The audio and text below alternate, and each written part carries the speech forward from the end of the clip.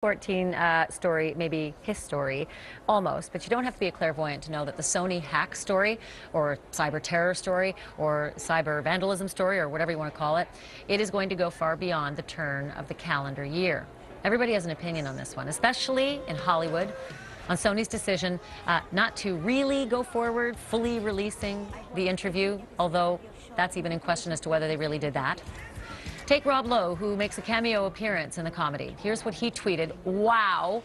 Everyone caved, the hackers won. An utter and complete victory for them. Wow.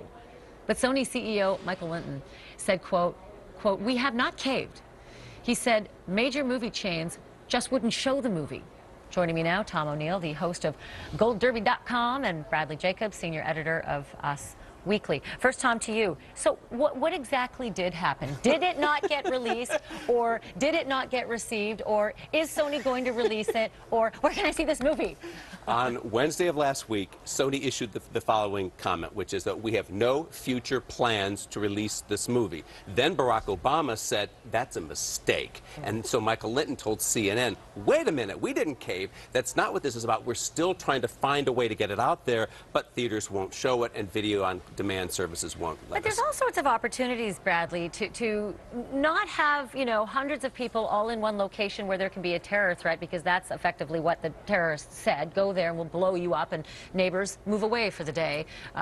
What about, say, a Netflix or a Crackle or YouTube? Well, what about that kind of a release? Yesterday, reports surfaced that Sony was considering putting it up on Crackle, which they own, which kind of sounds like a brilliant idea to me, and honestly, it sounds like they can at least make some of the money back, some of that $75 million that they've estimated to have lost on this decision. But I mean, I know myself, I would certainly pay $12.95 or whatever to watch it in my own home over the weekend to see what all the hubbub is about, which, by the way, in Us Weekly, we have a story out today, which I edited about the interview and what happened, and we have a sidebar with what's in the movie, because the movie is just absurd. I mean, you have the guy who plays Kim Jong-un singing Katy Perry songs. And, you know, it's just an absurd comedy. And that's just one of the greatest ironies of this whole thing, is that all this hullabaloo and Barack Obama getting involved is all over this ridiculous little satire.